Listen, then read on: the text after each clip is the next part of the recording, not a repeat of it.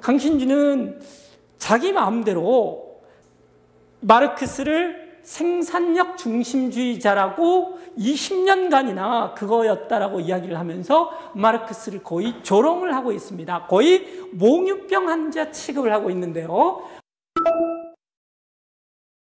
안녕하세요. 이번 시간에는요, 철학자 강신주 비판 두 번째 시간이 되겠습니다. 그가 쓴 책 철학대 실천이 텍스트가 되겠고요. 제가 전에 동영상에서 강신주 철학자, 앞으로 존칭을 생략하겠습니다. 강신주의 동학농민운동에 관한 견해는 잘못됐다라고 이야기를 했었고요. 그 주요한 내용은 혁명의 객관적, 물질적 요건을 무시를 했고요. 그래서 동학농민운동 자체가 강신주가 주장을 하는 해방의 공동체가 절대 될 수 없다라고 이야기를 했었던 거고요. 이것들에 대해서 비판들이 있었습니다. 강신주의 전체 견해를 오독했었다. 그래서 오늘은 강신주의 전체 견해를 살펴보도록 하겠습니다. 강신주의 주장의 가장 중요한 거는 바로 강신주 스스로 이야기하는 생산수단주의가 되겠습니다. 강신주가 처음으로 쓴 말일 것 같은데요. 말 그대로 생산수단이 최고 중요하다. 생산수단을 장악하는 자, 세계를 장악할 수 있고 생산수단의 독점을 막아낼 수 있다면 세상의 모든 억압과 착취를 없앨 수 있다고 주장을 합니다.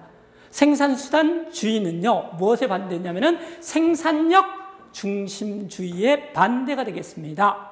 그래서 저같이 혁명의 객관적 조건, 물질적 조건 운운하는 사람들은 생산력 중심주의라고 비판을 하고 있습니다. 그래서요, 여기 보이듯이 생산수단의 독점만 방지할 수 있다면 모든 억압과 착취가 사라진 꼬민 사회를 만들 수 있다라고 주장을 하고 있습니다. 그런데 강신주는 이에 더 나아가서 이게 자신의 독창적인 견해가 아니라 마르크스의 견해다라고 주장을 하고 있는데 이것들은 제가 봤을 때 과도한 해석인 것 같습니다. 오늘의 핵심적인 내용은 바로 그것, 강신주가 자신의 생산수단주의를 마르크스의 견해라고 주장하는 것들이 왜 설득력이 없는지 이거에 대해서 살펴보도록 하겠습니다. 이거에 앞서서 간략하게요, 제가 전 시간에 했던 강신주 비판을 이야기를 해보면요, 강신주는 노동자들이 부르주아가 독점하던 생산수단을 회수한 그런 것들이 바로 파리 코뮌이었었고요. 농민들이 1894년 갑오농민 전쟁으로, 그런데 강신주는 자신의 견해에 맞는 용어를 사용하고 있지 않는 것 같습니다.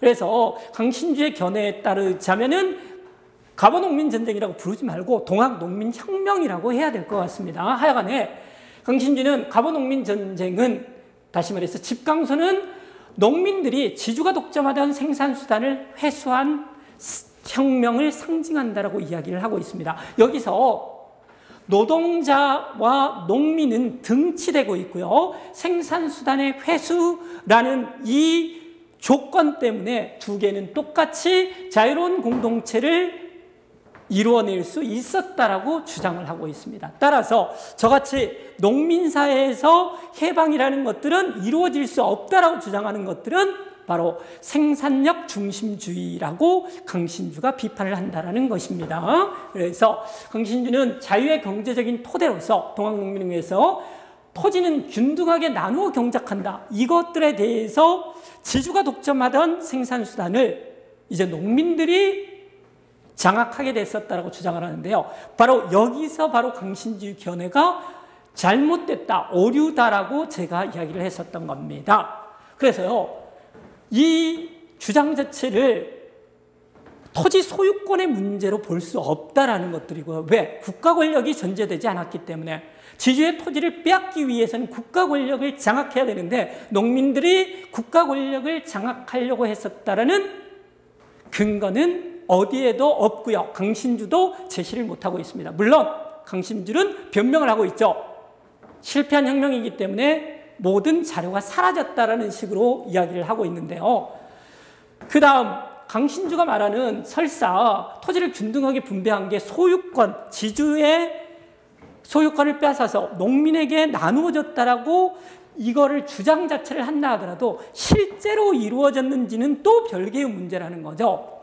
강신주도 집강소 체제가 4개월, 실제로는 2개월밖에 되지 않는데요. 집강소가 있고 나서는 이 집강소 체제가 전라도에 불과를 했었고요.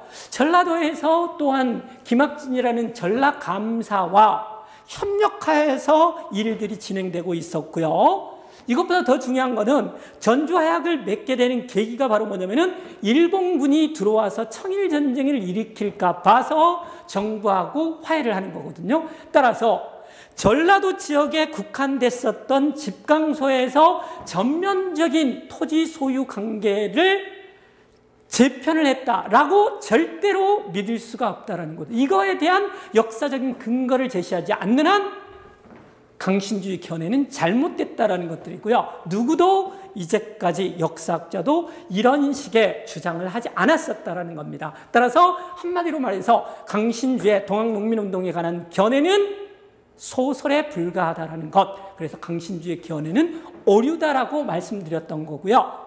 이 첫 번째 동영상에 대한 비판, 강신주가 말하는 토지는 균등하게 나누어서 경작을 했고 실제로 이게 이루어졌었고 전라도 지역에서 따라서 지주의 생산수단 독점이 없어졌다라는 것들에 대한 역사적인 근거를 제시를 해야지만이 제가 강신주의 비판한 것들에 대해서 반박을 할 수 있습니다. 그런데 이런 것들에 대한 것들은 찾을 수가 없을 겁니다. 왜냐하면 어떠한 역사학자도 그것들을 찾지 못했기 때문에요.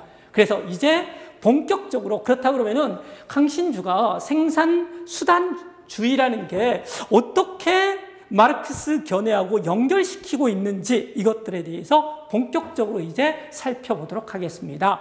여기서 하나 제목에 나와 있듯이 강신주가 마르크스를 오해하고 있다는 것들이 제 핵심이 되겠는데요.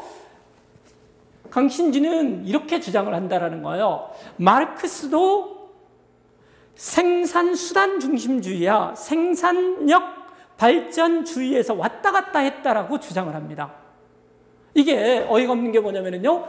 1845년에 있었던 포에르바에 관한 태제에서는 생산력 중심주의자가 아니라 생산수단 중심주의자, 다시 말해서 꼬민주의자였는데 그 이후에 이상하게도 뭘로 바뀌냐면요. 생산력 중심주의자로서 변질이 됐다라고 이야기를 하고 있습니다.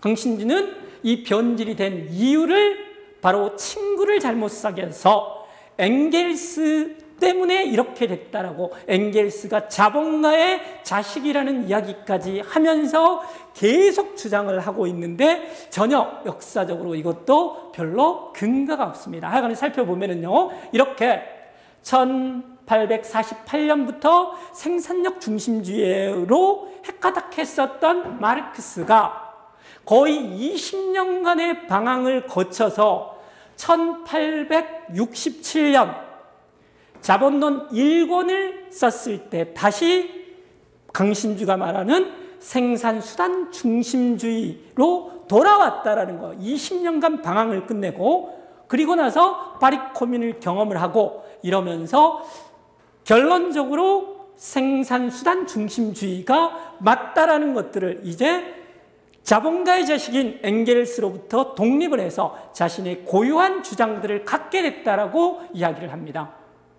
이게 무슨 문제가 있을까요?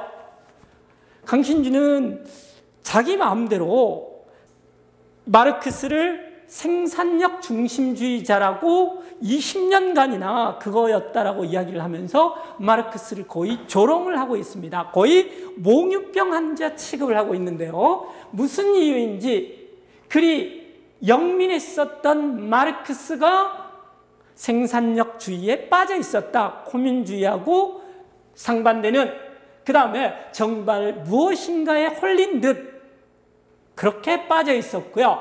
생산력주의를 완성했다라고까지 이야기를 하고 있는데 강신주의 말에 의하면 실수를 금할 수 없다라고 이야기를 하고 있습니다. 저는 이 강신주의 글을 읽으면서 실수를 금할 수가 없었는데요.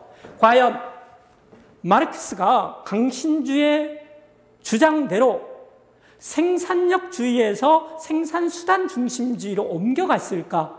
다시 말해서 자본주의의 생산력적인 발전이 없이도 인간 해방이 가능하다라고 주장했었는가가 핵심이 되겠고요.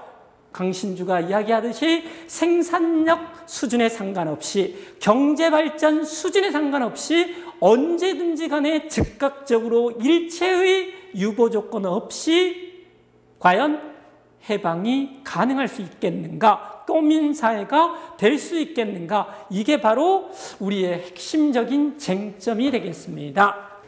자, 이제 마르크스의 핵심적인 주장으로 들어가 보도록 하겠습니다.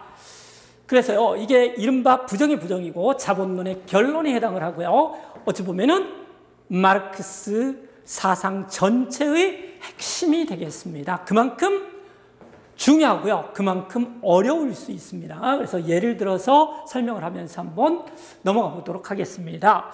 제일 앞에 정이라고 나와 있는 것은 뭐냐면요. 정반합의 정은 자신의 노동에 기초한 개인적인 사적 소유라고 되어 있는데요. 예를 들어보면 편할 것 같습니다. 소농 같은 경우가요. 자기가 작은 땅을 소유를 하고 있고요. 거기에서 가족 노동에 의해서 생산물을 얻었다 그러면은 그 생산물을 자기가 소비를 하고, 물론 사적 소유, 자기 것이기 때문에 남는 거를 시장에 내다 파는 거, 여기에 이상한 게 있을 리가 없잖아요. 그래서 너무나 자연스럽고요. 착취가 게재되어 있지 않습니다. 자기의 생산수단을 가지고서 자기가 노동을 한 거를 자기가 갖는 거, 너무나 자연스럽다라는 거죠. 또 다른 예는 뭐냐면요. 대장간에서 자기의 생산수단을 가지고서 낫이라든지 호미를 만들어서 판매를 하면은 대장장이가 있다라 그러면 이것도 너무나 자연스럽죠. 자기의 생산수단으로 자기의 노동으로 해서 생산한 물건을 자기가 갖는 것 너무나 자연스럽습니다. 이거가 한 번 부정이 되는데요. 첫 번째 부정이 되겠습니다. 무엇에 의해서 부정이 되냐면요. 자본주의적 사적 소유에 의해서 부정이 됩니다. 대장간에서 홀로 독립적으로 작업을 했었던 이 대장장이가 이제 어디에 가냐면요. 자본가의 감독을 받는 기계제 공장에 들어가서 만약에 노동을 한다면, 그래서 임금을 받는다면 이거에 의해서 생산된 생산물이라는 것들은 사적 소유, 자본가의 사적 소유가 되는 게 또한 자연스러울 것 같습니다. 그런데 앞에 거하고 다른 점은 뭐냐면요. 이 자본가는 자기가 직접 노동을 하지 않았기 때문에 타인의 노동에 기초한, 내지는 강신주는 기생하는 이렇게 썼는데 타인의 노동에 기초한 자본주의적인 사적 소유, 이거에 의해서 첫 번째 자기 노동에 기초한 사적 소유가 부정이 되겠습니다. 그런데 이 기계제 대공장에서의 생산의 사야 과정에 의해서 사회주의, 만약에 사회가 도래를 한다 그랬을 때 이제는 뭐가 되는 거냐면요. 공유가 되는 거고요. 생산수단에. 그 다음에 그 작업 자체가 대장간에서 홀로 작업을 하고 소농이 홀로 내지는 가족에 의해서 노동을 하는 게 아니라 두 번째 반에서 자본주의적 사적 소유에서 대공장에서 협업에 의해서, 이거 같은 경우는 현대 자동차의 조립 공장을 생각해 보면 될 것 같습니다. 그래서 협업에 의해서 생산을 하고 있는데 그 생산 수단 자체는 이제 공유가 되는 것들이고요. 그랬을 때 그 소유 자체는 개인적 소유가 사회주의적, 꼬민주의적 개인적 소유가 된다라는 게 핵심입니다. 그래서 앞에 있었던 사적 소유 두 개는 이해하는데 그렇게 큰 문제가 없는데요. 이 문제는 세 번째, 이 개인적 소유. 여기서 말한다는 개인적인 사적 소유라고 되어 있는데 그것의 재건이라고 하는, 부정의 부정은 긍정이잖아요. 그래서 개인적인 사적 소유가 다시 긍정이 돼서 꼬민주의적인 개인적 소유가 된다는 겁니다. 그랬을 때 이 개인적 소유를 어떻게 이해해야 되는가, 이걸 놓고서 많은 논쟁들이 있었고요. 엥겔스 같은 경우는 이거는 생산수단이 아니기 때문에 생산품에 대해서만 사적인 소유, 개인적으로 갖는 거다. 이런 식으로 이야기를 했는데 그게 잘못됐다라는 것들이고요. 그게 아니라 이 개인적 소유라는 것들은 뭐냐면요. 이런 거죠. 이제 자본가가 없기 때문에 예를 들면 현대자동차가 공유, 거기서 생산하는 사람의 모든 이들의 소유가 됐고요. 그런 점에 있어서 자기가 생산을 해서 그게 나온 거라 그러면은 자기가 노동을 한 거를 자기가 가질 수 있다라는 거예요. 그 두 번째 거에서는 자기가 노동을 했지만 자본가 소유가 됐는데 이제 첫 번째 같이 개인이 생산을 하고 거기서 나오는 생산물은 이제 공유에 기초를 해서 개인이 소유하게 된다는 겁니다. 이게 바로 개인적인 소유가 재건이 됐다. 이렇게 표현할 수 있을 것 같습니다. 이거는 이제 강신주가 이야기를 하는 것들을 통해서 조금 더 세밀하게 살펴보도록 하겠습니다. 여기를 보시면요. 강신주는 이렇게 설명을 하는데요. 사적 소유와 개인적 소유 차이에 대해서요. 직관적으로 본다 그러면요. 이때 사적인 인간 내지는 개인적 인간 이런 식으로 상당히 좋은 비유인 것 같습니다. 그래서 예를 들면은 사적인 인간이라고 그랬을 때는 타인을 고려하지 않는 인간이 되겠고요. 개인적 인간이라고 그랬을 때는 공동체 속에서 있는 개인이기 때문에 다른 사람하고 관련을 갖는 타인을 고려하는 인간이다. 이렇게 이제 설명을 해가고 있습니다. 그러면서 사적 개인이 이기적인 인간은 아니다. 이렇게 출발을 하고 있습니다. 조금 더 따라가 보도록 하겠습니다. 그래서 타인을 의도적으로 고려하지 않는 게 아니라 뭐가 사적 소유에 있는 사적 개인이 타인을 의도적으로 고려하지 않았다라는 게 아니라 인적이 드문 곳에서 농사, 낚시 그리고 사냥을 하고 자족적인 생활을 하는 사람이라 그러면은 그렇죠? 산속에라든지 이런 데서 혼자 농사를 짓는다든지 낚시를 하고 사냥을 한다 그러면은 다른 사람들이 있지 않잖아요. 그러니까 다른 사람들하고 관계를 맺을 수 없다라는 거고 혼자서 살아간다라는 의미고요. 거기서 나온 생산물을 자기가 갖는 거는 너무나 자연스럽다라는 겁니다. 그런데 이해를 위해서 이렇게 했는지는 모르겠지만 여기는 조금 오해가 있을 수가 있죠. 아까도 말씀드렸듯이 고립된 개인이 아니라 소농이라든지 소생산자 같은 경우는 소상품 생산자로서 남는 물건을 시장에 판매하는 사람들이기 때문에 이렇게 고립되어 있는 것은 아닙니다. 실제로는.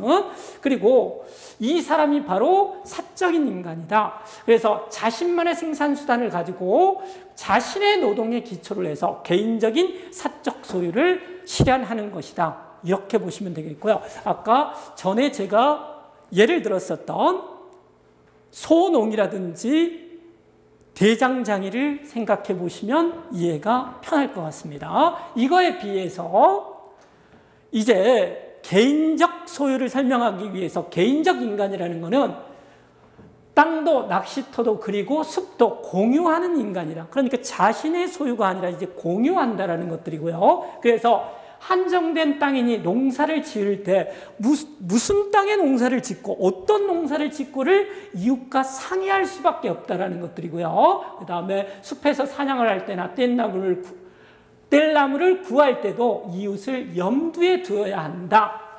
이러한 조건에서 만약에 개인적 노동을 하고 앞으로 이제 계속 보겠지만 강신주는 자본주의적인 협업을 사실상 거의 생각을 하고 있지 않고요. 소농 같은 작은 규모의 생산을 생각을 하고 있기 때문에 이제 문제들이 아주 많이 발생을 하는데요. 여기서 같은 경우에서도 개인적 소유를 재건하기 위해서는 협업의 바탕을 둔 공유였었잖아요. 근데 여기서 강신주는 개인적 노동을 하고 이렇게 주장을 하고 있습니다. 여기서부터 잘못 지금 쓰고 있는 것들이고요. 그래서 이렇게 쓰고 있으면서도 여기 나와 있네요. 이게 개인적 소유다. 마르크스가 개인적 소유는 협업 그리고 토지 및 노동 자체를 생산수단의 공유에 기초하고 있다. 이렇게 쓰고 있기 때문에 이 협업이 여기서 개인적 노동이라고 하면은 오해의 소재가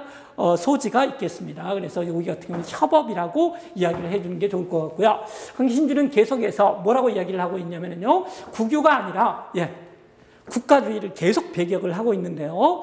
제가 봤을 때는 국유냐, 이거는 공유냐, 이거 같은 경우는 용어의 문제가 아니라 그것들을 어떻게 관리하느냐 문제 조금 더 나옵니다. 이것인 것 같고요. 어쨌든 결론적으로 개인적 소유는 타인과의 협업과 생산수단의 공유를 매개로 이루어지는 다운표치고 사적 소유라고 정의할 수 있다. 여기서 또 용어의 선택이 약간의 오해의 소지가 있을 것 같습니다. 사적 소유라는 것은 우리가 정반합에서 정반 이때만 사적 소유였고요. 세 번째 부정의 부정에서는 개인적 소유의 재건이었는데 강신주는 이상하게도 이것도 사적 소유라고 표현을 하고 있는데 이거는 오해의 소지가 있기 때문에 이런 거를 쓰면 안 될 것 같습니다. 그래서 예를 들자면 이렇게 나와 있네요. 이게 자본론의 원문이 되겠습니다. 강신준 번역판이 되겠습니다. 여기 쭉 보시면은요, 제1의 부정, 아까 나왔습니다. 자본주의적 제1의 부정이 있고요. 그 다음에 부정의 부정을 놨는데, 그게 뭐냐면 이 부정은 사적 소유를 만들어내는 것이 아니라 개인적 소유를 만들어낸다. 이렇게 자본론 원문에서 표현을 하고 있기 때문에 강신주가 말하는 부정의 단계를 따옴표를 치고 굳이 사적 소유라고 표현을 해서는 안 될 것 같습니다. 그래서 사적 소유가 아니라 개인적 소유의 재건 이렇게 표현을 해야 될 것 같고요. 그런데 여기서 핵심적인 쟁점이 이제 나오게 됩니다.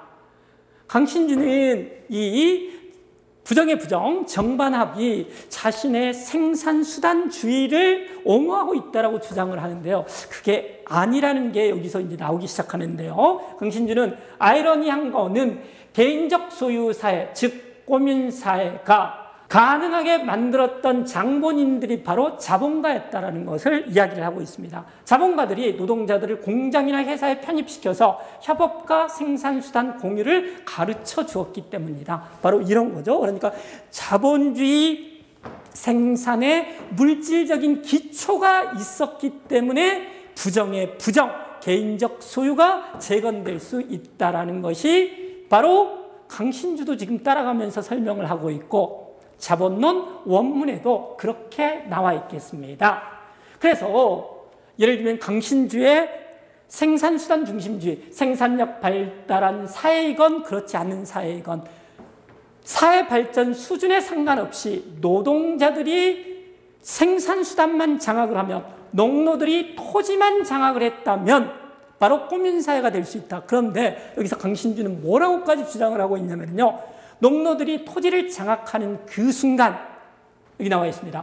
중세사회는 그 순간 꼬민사회로 변한다. 조금 이따 살펴보겠지만 이거는 전혀 공상적인 생각이 되겠고요. 노동자들이 공장이나 회사를 장악하는 그 순간 또 꼬민사회가 된다라고 강신주는 주장을 하고 있습니다. 그래서 이렇게 강신주는 생산수단의 발달에 관계없이 꼬민사회가 될 수 있다고 그러는데 마르크스는 자본주의적인 생산력의 발전에 기초를 해서 부정의 부정이 이루어진다라고 이야기를 하고 있다는 거죠. 그래서 강신주가 자신의 생산수단 중심주의 근거로서 내세우는 이 정반합, 부정의 부정이라는 것들은 강신주의 주장과는 배치된다라는 것입니다. 그래서 여기를 보시면은요, 이 두 번째 단계에서 타인의 노동에 기초한 사적 소유, 자본주의적 사적 소유가 왜 중요하냐면요, 자본주의적 생산은 자연 과정의 필연성에 의해서 자신의 부정을 낳는다라는 거죠. 부정의 부정. 그렇기 때문에 이 자본주의적 생산력의 발전이 없다면 강신주가 말하는 마지막 단계, 꼬민 단계로 넘어갈 수 없다라는 것들이고요. 그래서 마르크스는 자본론에서 자본주의 시대의 핵등물, 다시 말해서 협업과 그 다음에 생산수단의 공유, 이게 자본주의 때문에 가능을 했다라는 것입니다. 그런데 강신주는 이런 것들을 다 무시를 하고 바로 자본주의 사회의 생산력 발전 수준이 없어도 농민이 생산수단인 토지를 장악하는 순간 그 순간 꼬민사회가 된다라고 주장을 하고 있습니다.